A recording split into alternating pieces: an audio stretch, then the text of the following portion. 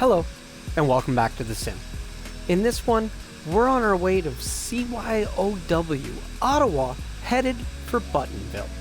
But we need to look at the new Stream Deck interface that came with SPAD.neXt version 0.9.13. So let's go ahead, make our turnout, jump in, and look at it. With version 0.9.13.34, we have a completely new way of working with the Stream Deck. This has been expanded upon from the previous implementation to allow us a lot more flexibility and to make some things a lot easier. So first up, let's look at the user interface to show you how you can create buttons on a Stream Deck. So when you come to an empty button, it's always going to have this default simple gauge default data. This is the base data. This needs to be on every single button, and this is where things start from. And even with a basic button, this is where you're going to come first. When you expand a button, you're going to find that you have 3 layers by default that are available. The first one is a background layer. This is a simple layer that allows you to assign a color or not, or set the button to off. So previously, off is how you can make it so that this button is not used by SPAD, and you're going to look through and use the button below from Stream Deck. So effectively, you have a background layer, and it's always on the background. Now, you may see, for example, here, where I used a background layer to make that orange so that it wasn't just black around the image, because I didn't want the image stretching out. You then next have, by default, a picture. Now, images can be moved to any layer, just like text can be moved to any layer. It just may not make sense that the image is in front of the text unless that's what you're intending. So because that's more rare, you're going to find that you would manually move that. Now, you can add multiple text layers and multiple images to a button. So with this new version, I can have multiple images, which is going to be helpful when you want to implement these simple gauges. Maybe I have a background, which is a heading card, and then I'm going to have a plane or a heading bug that I want to move around on top of it. Instead of making 360 images, which would have the heading card and the bug moving around it, now you can treat those things independent of one another. Also really important when you need the heading card to swivel and the bug to stay in place. So there's really neat things that we're going to be able to do that very much make it like a gauge. This name is for the layering, and this is going to be important when you have multiple layers and then you're trying to apply changes to them. Just like before, when we would change an image based on data like autopilot on, show me the AP button with the light on. Autopilot off, show me the AP button I made with the light off. Well, now that I get multiple images, I need to know which one is which. So this is just allowing you to go ahead and label these to make it easier to understand later. Auto sizing. So it can automatically stretch it, it can automatically do nothing to it, so button fill, or it can maintain the aspect ratio. And that's what you saw with the image here of the VAMs. I left it in the aspect ratio that the image was. It sized it to fit. And then I let the transparent area see through to my background layer, which I made orange. Then you can pick an image. Now what's really nice about this is there is an online system. Anything that you have loaded in your profile already, so in this profile and saved with it, is going to show up under Profile. Anything that's on your computer and in the SPAD.neXt folder under Stream Deck images, and the folders below that will show up under your local. If you have an image in a different folder on your computer, you can still access it without having to move it. Just click on the button, select from disk. Then you could say go to your pictures folder, and there I could pick an image and I could go ahead, open it, and it will now apply that to the button. So here it's stretching it, here would be none, here would be maintain aspect ratio. So as you can see there, that's not really going to help us much, so we go ahead with stretch and it fills in the button. Or you would have left it to maintain aspect ratio, and then you could use things like the offset position. So we could move the image, and if we make sure to make this bigger so we can see it, we could move the image down or up. So increasing the value moves it down. That's basically this point here in the corner, 0, 0, moving down and left. You can also modify the width yourself, so height and width, and then manipulate things. So here I've got a little bit of black, a little bit of white. So if we change that background layer, instead of transparent, we were to have selected white. Now, of course, that filled in white around the rest of it. So that's another way that you can apply this and do this kind of the same thing without having to take the image and edit it somewhere else. Generally, I'm not going to do that though. I'm going to leave this on transparent, and because I'm not too concerned about the size of that, I would have simply come here, I would have set this to 0, and I wouldn't have cared. I would have said, yeah, that's fine, stretch it. I'll make do. If you needed to rotate it, you could come down, and under distortion, you could rotate the image. You could also simply flip the X, you could flip the Y, and you can flip the XY. So these are the simple elements to use if you've got an image that you wanted that was already rotated, or you mounted this and it was not rotated and you need to rotate it. As we go to the online database, there are plenty of images that have already been published. When you create an image and you add it to your profile, and then you publish a profile or you publish the device snippet, it is going to upload the images as well because they have to go with the profile. You're going to have to accept that you are the owner or have permission to transfer these for others to use. If you do not have the rights to do this, if it is not images that publicly have a license that's public for public use, then you can't do that and you won't be able to publish that snippet. You'll have to remove images that you don't have the rights to. So let's use the example of an image that was published by somebody. And you're like, oh, I want that one, but I don't have my Stream Deck turned sideways. And you can get this any way you like with simple flips, or you can use the rotate feature. The only thing with the rotate is first you have to say where you want the access to do it. Remember, the buttons are 96 by 96. So if I want the middle, I need to go 48. Then I need to go 48. Now I can rotate this 270 degrees and it perfectly comes around. This is all important because you can manipulate these images and you can use that expression. So that's how you're going to link it to data. We're not covering that in this video. We'll cover how to build these mini gauges in another video. So let's change our image and let's look for something that's online. Something in gauges maybe. Here is a great example. Somebody gave us an image, and in this image, fuel pounds remaining. Of course, we're going to apply none because it isn't.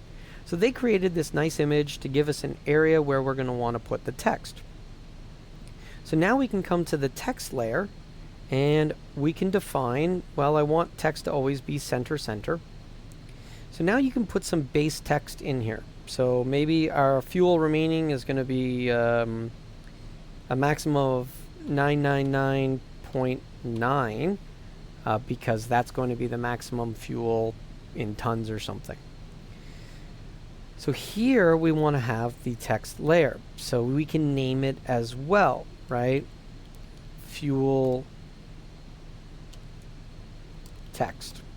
Obviously, we're only going to have one text on this button, but this is important for other buttons where we may want multiple text layers. We can specify the color, so let's go ahead with black. and this is the default base color. Then you can also start manipulating whether you want background color.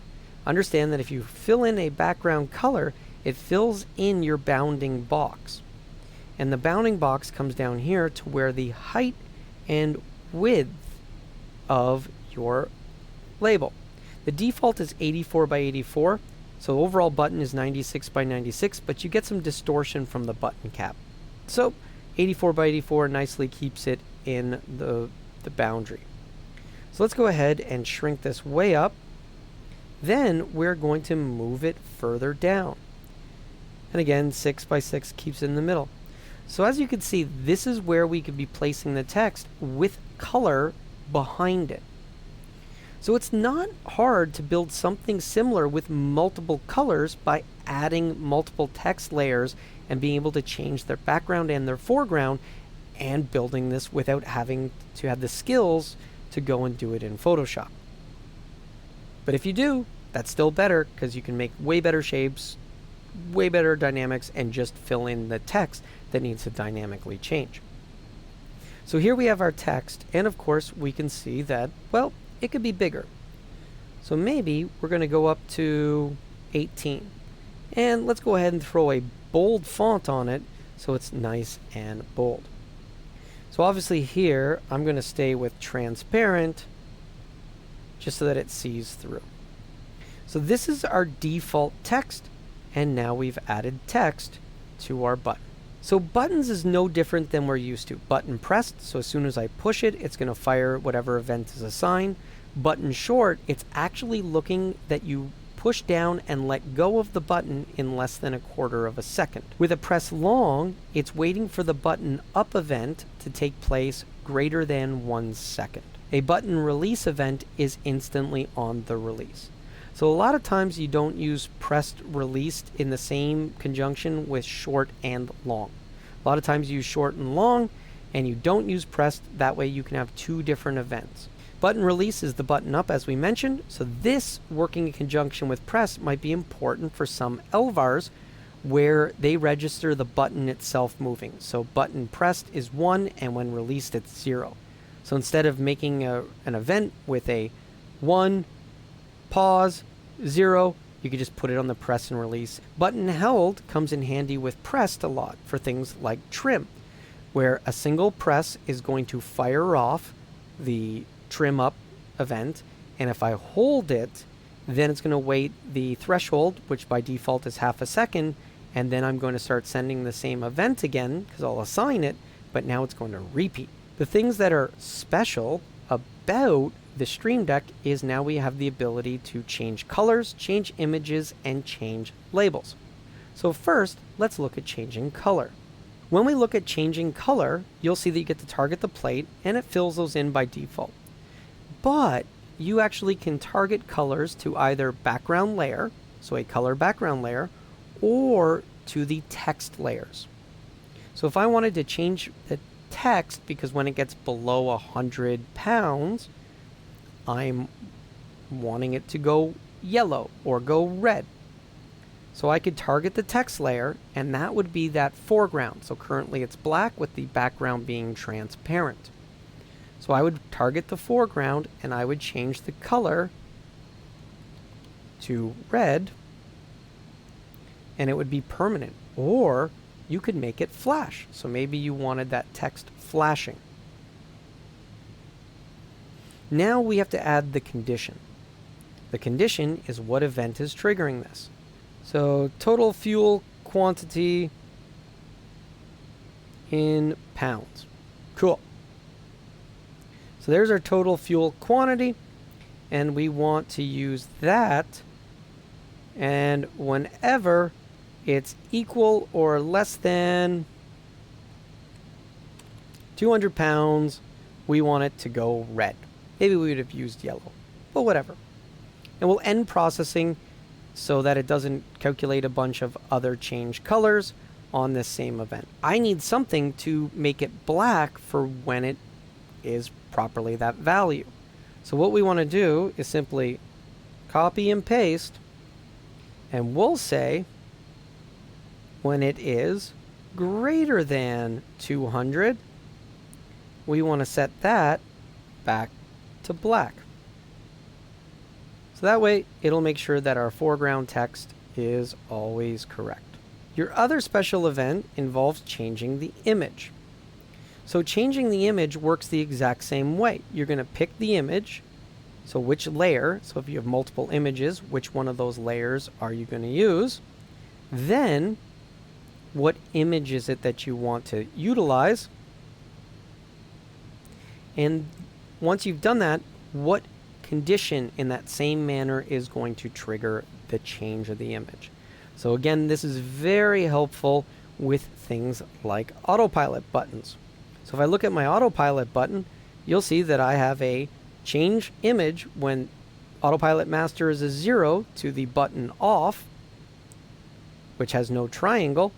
Then when autopilot master is a 1, it changes the image to show the triangle. Now, we could have a button and the triangle be two different images now, and they could be two separate layers. And then you could just be turning the triangle on and off and not have the entire button changing. These are all cool things, and you can decide how you want to do it. Since there's tons of these buttons already built with both on and offs, I tend to use that. So coming back to our fuel used. Our next special event that we're going to use a lot is changing the label itself. So this is so that we can have this dynamic text. So we go to change label, and yes, you could have fixed text that just whatever you type in is what'll happen based on this condition. Or because we want to tie this to real data, we're going to use an expression. Now previously, we'd a lot of times have to say like fuel rem space do this, and then we'd go and we'd add to it some data, and we would use that total fuel quantity in pounds. But we don't want all those digits, because if we validate that, it's going to make this giant run-on text. So we would use a feature like round, because we're going to round it up, and we're going to round it up to 2 decimal places, I think is all I have to do, and hit validate. So you'd see 2 decimal places. Since we only want the 1, we do 1 for 1 decimal place. Boom, there we go. We now have our data. So now that we've validated that, and we would click OK, we would add the condition. Now what's great here is it's the same thing. Anytime this changes, any change, we want it to update. And right away we can see, because the fuel is burning, it is changing and it's updating. Of course, that fuel remaining text we don't need anymore, because we have that text built into our button. Or we now have the ability to have made fuel remaining, which is a fixed label, a separate piece of text. So that's where it's really nice about how you can simply get rid of this. And so the old way would have been like that, because we would have maybe needed to enter to space it, to drop it down. But because each one of these text labels can be generated on its own, we no longer need that. We can just use the data. And so there we go. Now we've got our calculation, and our fuel is automatically calculating on as it goes. So big fan of this. I think it's really neat how this works out, and away it goes. Now you see that it rounds and it drops, but we don't want that. So instead of round, if we wanted to keep that digit, what we would use instead would be format. And now, because we're kind of formatting it to text, it may seem a little bit different, but you'd put in kind of the 0.0 like this. And if we wanted to keep all 3 digits at all times, we could do this. So now when we hit validate, now it's going to keep that. And so that way, as it counts down and it burns through the fuel, we're not going to see the 0 disappear and then the decimal places appear. It's going to continuously count down in this manner. So that's pretty much what we can do with the buttons and how the labels and layers change. Now, really quick, we're going to cover an example of, well, I had something, does it still work?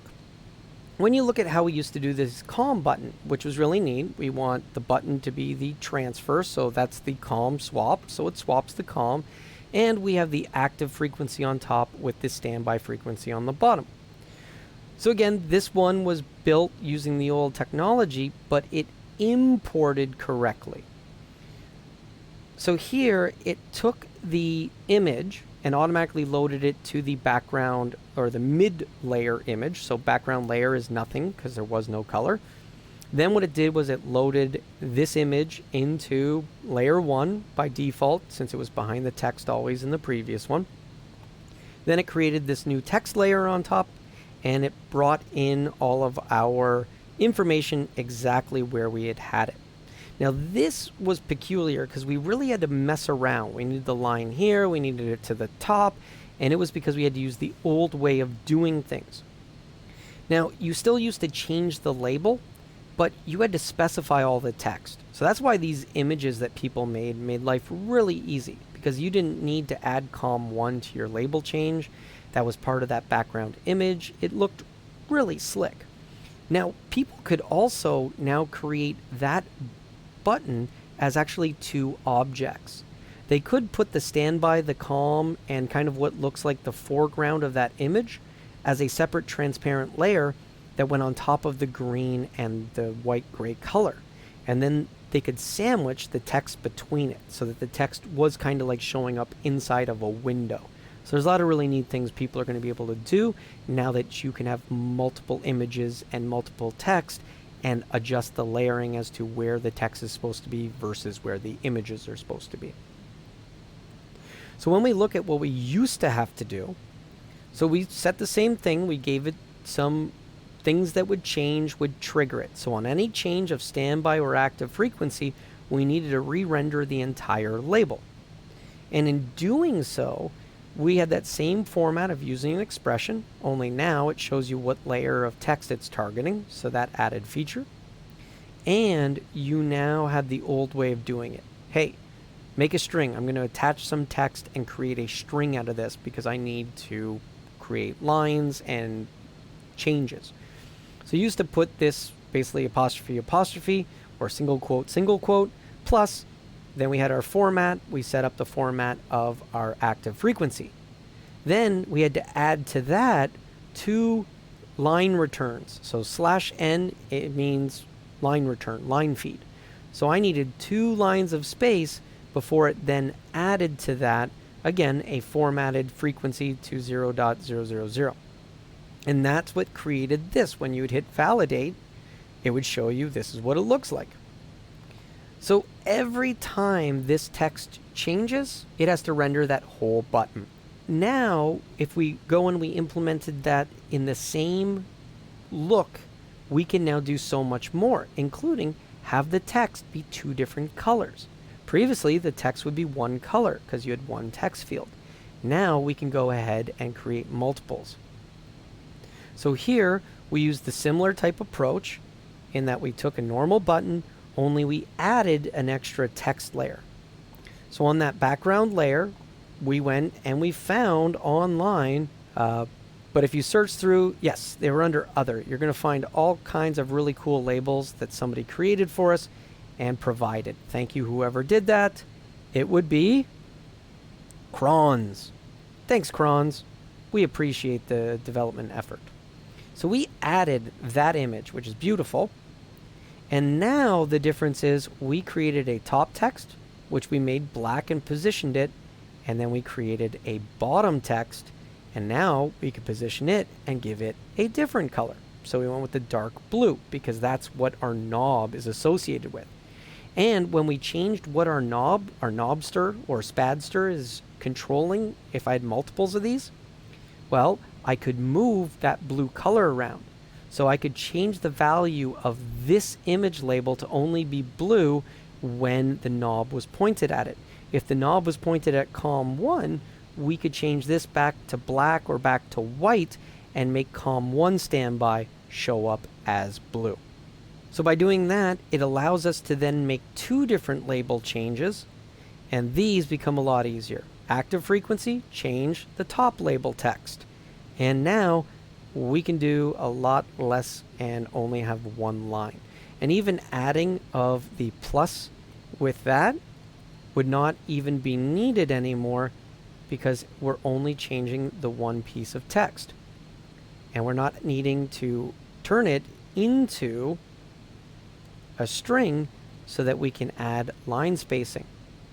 So simplifies things, makes things really easy, and now any change we make, we see the standbys changing, we press the button, now the active is swapping.